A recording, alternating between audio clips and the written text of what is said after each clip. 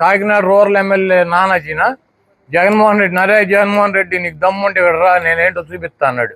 సర్లే జగన్మోహన్ రెడ్డి రావటం టైం పడతలేమని చెప్పి ఈయన పంపించారు. ఈయన సంగతి చూడండి రాని ఎవరిని రావండి పంపిస్తే అక్కడ కూడా బెయిల్ వచ్చేసింది.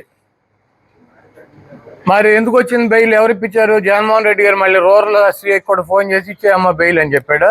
లేకపోతే మేము చెప్పామా? సరే మా ఇక్కడ బాలశౌరి గారు ఎంపీ గారు ఉన్నాడు, ఇక్కడ పంపించమంటే బందరు పంపించారు. బందరు పంపిస్తే ఏమైంది? అక్కడ బెయిల్ వచ్చేసింది.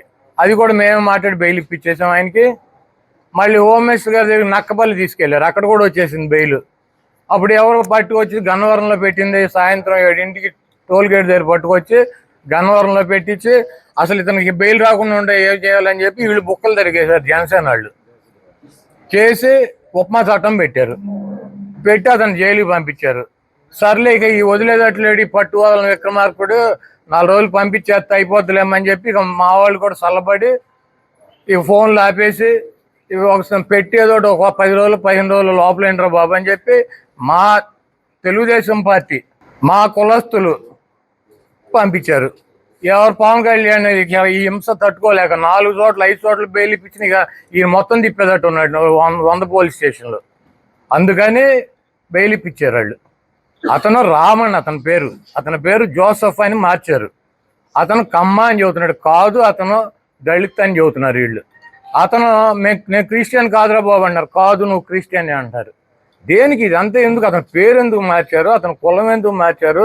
అతని మతం ఎందుకు మార్చారు? అతను 4 పోలీస్ స్టేషన్లో బెయిల్ ఇప్పించింది ఎవరు? మేమా? అతని కులం మతం పేరు కూడా మార్చింది మేమేనా? కాబట్టి ఇవన్నీ అతను జోసఫ్ అని వాళ్ళు చెప్పేటువంటి జోసఫ్, మేము చెప్పేటువంటి రాముని, రాష్ట్ర ప్రజలు మాట్లాడుకునేటువంటి రామును బాలకృష్ణ కానీ లోకేష్ని కానీ చంద్రబాబుని కానీ ఒక మాట కూడా మాట్లాడు. అతను వీడియోలు పరిశీలించండి. జగన్మోహన్ రెడ్డి గారిని విమర్శిస్తాడు, పవన్ కళ్యాణ్ అయితే ఇక అద్దు బొద్దు లేకుండా విమర్శిస్తాడు. ఇప్పుడు అతని మీద నక్సల్స్కి అనుకూలంగా ఉన్నాడని కేసు పెట్టానని చెబుతున్నారు. ఇతను నక్సల్కి అనుకూలంగా ఎప్పుడు చెప్పాడు? వాళ్ళు చెప్పాడు, నిన్న చెప్పాడు, మొన్న చెప్పాడా? సంవత్సరం అయింది. అప్పటి నుంచి ఈ ప్రభుత్వం ఏం చేస్తాను గుడ్డుగూరలు పొళ్ళుతూ ఉంటుందా? హిందూ మతంలో ఉన్నటువంటి అతని పేరేంటి మనోహర్ దాసుని ఇతను ఎప్పటి నుంచి తిట్టుకుంటున్నారు? 2 సంవత్సరాల నుంచి తిట్టుకుంటున్నారు. అప్పటి నుంచి ఏం చేస్తుంది ప్రభుత్వం? గుడ్డుగూరలు పొళ్ళుతూ ఉంటుందా? పవన్ కళ్యాణ్ పట్టుకొచ్చి 4 స్టేషన్లు తిప్పి 5వ స్టేషన్లో ఉప్మా కేసు పెట్టేదాకా ఈ తెలుగుదేశం ప్రభుత్వం ఎందుకు పెట్టలా? అతను అంత ద్రోహి అయితే తెలుగుదేశం పార్టీ మరి అందరి మీద చిన్న వాళ్ళ మీద సోషల్ మీడియాలో పనిచేసే వాళ్ళ మీద కేసులు పెడతాగా, మరి వీళ్ళు ఎందుకు పెట్టలా? తెలుగుదేశం పార్టీ ఇన్వాల్వ్మెంట్ లేకుండా 4 చోట్ల బెయిల్ వస్తుంది అతనికి. జగన్మోహన్ రెడ్డి గారు ఇప్పించాడు బెయిల్. అయినా ఈయన పట్టు వదలని విక్రమార్కుళ్ళకు ఉప్మా చట్టం పెట్టాడు. ఇక సర్లే సావని అని వదిలేసి కులమో మతమో పేరు అన్ని మార్చి మా మీదకు తోలేరు. ఇక్కడ వైఎస్ఆర్ కాంగ్రెస్ పార్టీకి మాకు ఎటువంటి నష్టం లేదు. చంద్రబాబు నాయుడిని నమ్ముకుని ఇట్టాకి వెళ్తే మునిగేది జనసేన, మాకేం ప్రాబ్లం లేదు. ఇదే ప్రత్యక్ష ఉదాహరణ.